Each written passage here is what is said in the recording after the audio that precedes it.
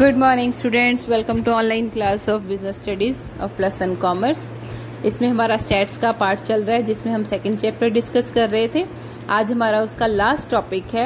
अब तक हमने कवर अप किया है कलेक्शन ऑफ प्राइमरी डाटा, लेकिन आज मैं आपके साथ डिस्कस करने जा रही हूँ कलेक्शन ऑफ सेकेंडरी डाटा। इस मेथड को आपने शॉर्ट क्वेश्चन के अकॉर्डिंग 2 मार्क्स के अकॉर्डिंग प्रिपेयर करना है। इसमें आपको जनरल बेसिक ही लर्न करना है कि हमें सेकेंडरी डाटा कहाँ से मिलता है। सेकेंडरी डाटा वो होता है जो ऑलरेडी किसी और ने पहले कलेक्ट किया होता है, हम उससे वो डाटा गैदर कर लेते हैं, हम खुद इन्वेस्टिगेशन नहीं करते। सेकेंडरी डाटा के हमारे पास 2 मेथड है, एक है पब्लिश सोर्स, एक है अनपब्लिश्ड सोर्स। पब्लिश सोर्सेज में आगे काफी सारी टाइप्स हैं। पब्लिश सोर्सेज वो है जो किसी ने अपने किसी बुकलेट में, किसी भी मैगजीन वगैरह में जो रिपोर्ट छापी होती है उसको पब्लिश सोर्सेज बोलते हैं। ये हमारे पास पब्लिश सोर्सेज के through international, national, government, semi government या प्राइवेट कंपनीज, ट्रेड एसोसिएशंस, ऐसी बहुत सारी हैं जो अपनी रिपोर्ट्स वगैरह छापती हैं। तो हम उनका डाटा जो ऑलरेडी वो कलेक्ट कर चुके हैं उसे कलेक्ट करके हम यूज कर सकते हैं। इसमें जो टाइप्स हैं वो है, सबसे पहले है गवर्नमेंट पब्लिकेशंस। गवर्नमेंट के डिपार्टमेंट्स की तरफ से डाटा पब्लिश किया जाता है। कैसे टॉपिक्स कवर अप किए जाते हैं उनके द्वारा, एम्प्लॉयमेंट, सेविंग्स कितनी है हमारी इंडिया की, इन्वेस्टमेंट्स कितनी है, इंपोर्ट एक्सपोर्ट कितनी है, एटसेट्रा। ये जो डाटा है वो मंथली भी छापते हैं, क्वार्टरली मतलब हर 3 महीने बाद भी छापते हैं, या फिर एनुअली भी छापते हैं। सेकंड है semi government publication. Semi government publication में म्यूनिसिपल कॉर्पोरेशन वाली आ जाती हैं या जिला परिषद की। वो लोग डाटा, उनके पास कौन सा डाटा अवेलेबल होता है, बर्थ्स का, डेथ्स का, हेल्थ का और एजुकेशन का। तो ये डाटा हम चाहें तो म्यूनिसिपल कॉर्पोरेशन से कलेक्ट कर सकते हैं। देन है इंटरनेशनल पब्लिकेशन। इंटरनेशनल पब्लिकेशंस वो है जो इंटरनेशनल लेवल पे पब्लिश किया जाता है। वर्ल्ड बॉडीज जो पूरे वर्ल्ड में काम करती हैं, IMF, international monetary fund, world bank, world trade organisation, world health organisation etcetera, ये लोग अपनी सारी रिपोर्ट्स छापती हैं, डाटा पब्लिश करती हैं। तो इससे भी हम कोई भी डाटा कलेक्ट कर सकते हैं। इनके द्वारा इंपोर्ट एक्सपोर्ट का डाटा जो है वो पब्लिश किया जाता है। आगे है report of committees and commissions. Union and state government जो है वो रिसर्च वगैरह करती हैं। तो रिसर्च, किसी भी प्रॉब्लम को लेके जब वो रिसर्च करते हैं तो उसकी सारी इन्फॉर्मेशन वो पब्लिश भी करते हैं। तो जो भी प्रॉब्लम्स उन्होंने स्टडी की होती हैं उसका डाटा भी हमें पब्लिश्ड सोर्स में मिल जाता है। Publications by trade business association, जो बड़ी बड़ी ट्रेड एसोसिएशंस हैं वो भी अपना डाटा पब्लिश करती हैं। वो डाटा काफी इम्पॉर्टेंट होता है कईयों के लिए, तो जिनको वो डाटा की जरूरत होती है वो ट्रेड एसोसिएशन के द्वारा पब्लिश किए गए डाटा से अपनी इन्फॉर्मेशन कलेक्ट कर लेते हैं।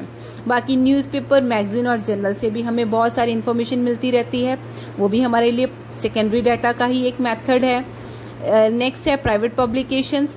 कुछ प्राइवेट इंस्टीट्यूशंस जैसे बड़े बड़े एजुकेशन इंस्टीट्यूशंस हैं वो भी बहुत सारा डाटा अपना पब्लिश करते हैं, तो उससे भी हम डाटा कलेक्ट कर सकते हैं। नेक्स्ट है research institute and scholars.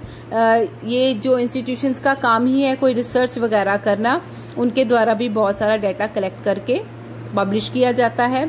Students, आपने इसकी मेन हेडिंग्स लर्न करनी है और इसके अंदर एक एक लाइन की जस्ट एक्सप्लेनेशन लर्न करनी है, इससे ज्यादा आपने नहीं करना है। नेक्स्ट है अनपब्लिश्ड सोर्सेज। अनपब्लिश्ड सोर्सेज वो वाली होती हैं जिसमें पर्सन्स डाटा कलेक्ट करते हैं लेकिन उसको पब्लिश नहीं करते। तो जिनको जरूरत होती है वो जाके उनसे डाटा कलेक्ट कर लेते हैं। गवर्नमेंट की तरफ से या यूनिवर्सिटीज की तरफ से या कई स्कॉलर्स की तरफ से अनपब्लिश्ड डाटा कई जगहों से कलेक्ट किया जाता है। देन है precautions before using secondary data. ये सेकेंडरी डाटा किसी और पर्सन ने अपने पर्पस के लिए कलेक्ट किया है, तो उसको यूज करते टाइम हमें कुछ चीजों का ध्यान रखना पड़ता है। वो है, हम पहले चेक करेंगे कि ये डाटा क्या रिलायबल है, क्या ये एडिक्वेट है, मतलब जिस पर्पस के लिए हमें चाहिए उसको सूट करता है। लास्ट पॉइंट भी यही है कि क्या वो सुइटेबल फॉर आवर इंक्वायरी है या नहीं है। अगर वो हमारी हमारे पर्पस ऑफ इंक्वायरी को मैच नहीं करता, फिर हम वो डाटा कलेक्ट नहीं करेंगे, फिर हमें प्राइमरी डाटा ही कलेक्ट करना पड़ेगा। आगे है प्रिकॉशंस।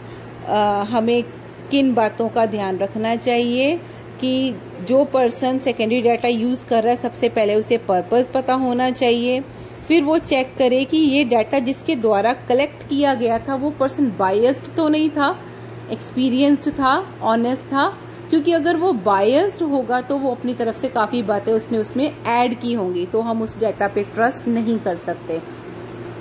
और हमने ये भी देख के चलना है कि जब वो डाटा कलेक्ट किया गया था उस टाइम क्या सिचुएशन थी और अब क्या सिचुएशन है। अगर सिचुएशंस में बहुत ज्यादा फर्क है तब भी वो डाटा हमारे लिए कोई मायने नहीं रखेगा। और जिस यूनिट में वो डाटा कलेक्ट किया गया था उसी यूनिट में हमारा डाटा होना चाहिए। जैसे कि मैं अगर टाइम की बात करूं, टाइम मिनट्स में भी होता है, टाइम आवर्स में भी होता है, तो उसका यूनिट जो उसने डाटा कलेक्ट किया था हमारा यूनिट भी सेम होना चाहिए। अगर किलोग्राम्स की बात हो रही है तो किलोग्राम में होना चाहिए, अगर ग्राम्स की बात हो रही है तो ग्राम्स में ही डाटा होना चाहिए, तो उसका यूनिट सेम होना चाहिए। आगे है as a data presently to be use has been collected by many enumerators, their approach, experience and methods में हैव बीन डिफरेंट। हमें इस बात का भी ध्यान रखना होगा कि उस टाइम पे जिन लोगों ने डाटा कलेक्ट किया था वो बहुत सारे लोग थे और सबका एक्सपीरियंस और जो मेथड होता है वो डिफरेंट होता है, हमें इसे भी कंसिडर करके चलना होगा। तो अगर हम इन बातों का ध्यान रख के चलेंगे फिर ही हम सही डिसीजन ले पाएंगे कि हमें सेकेंडरी डाटा कलेक्ट करना चाहिए या नहीं करना चाहिए। ओके स्टूडेंट्स, यहाँ पे आपका सेकेंड चैप्टर खत्म होता है। अब नेक्स्ट लेक्चर में मैं आपके साथ डिस्कस करूंगी इकोनॉमिक्स का, आपके बी पार्ट का फर्स्ट चैप्टर। आज के लिए आप इतना ही कवर अप कीजिए। अगर कोई प्रॉब्लम आए तो आप मेरे से क्वेरीज कर सकते हैं। Okay students, thank you, have a nice day.